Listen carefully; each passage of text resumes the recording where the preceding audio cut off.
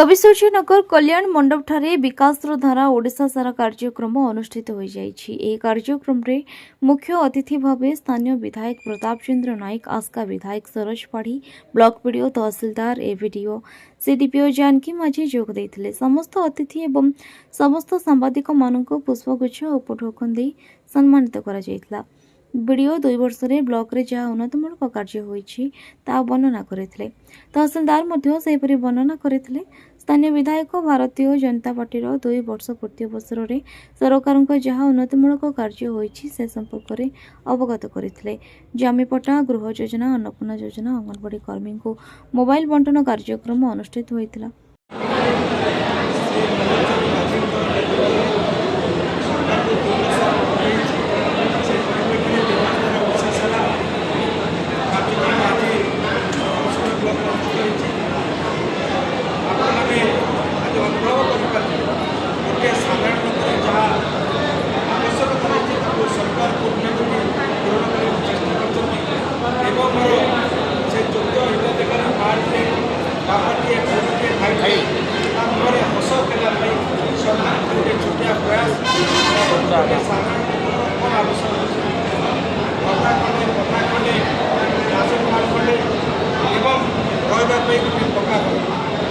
सहित सरकार प्रत्येक दिगरे प्रत्येक विभाग केमती त्वरान्वित करवा विभिन्न प्रकार राजनीति जोड़वा आर्थिक मजबूत करने भल गोटे प्रयास कर सहित आप देखिए विभिन्न प्रकार माध्यम प्रत्येक गाँव साई गढ़ को आरम्भ से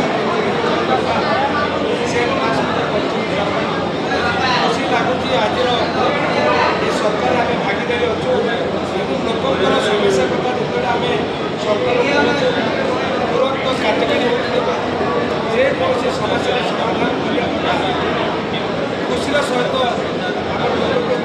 ग्रहण कर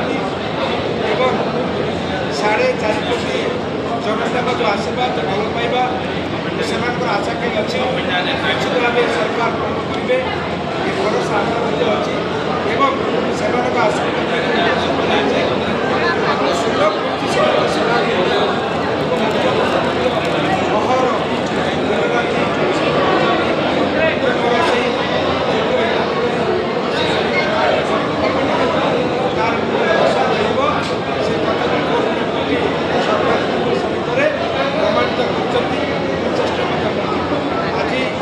सभा माध्यम अनुभव कर विभिन्न पंचायत राष्ट्र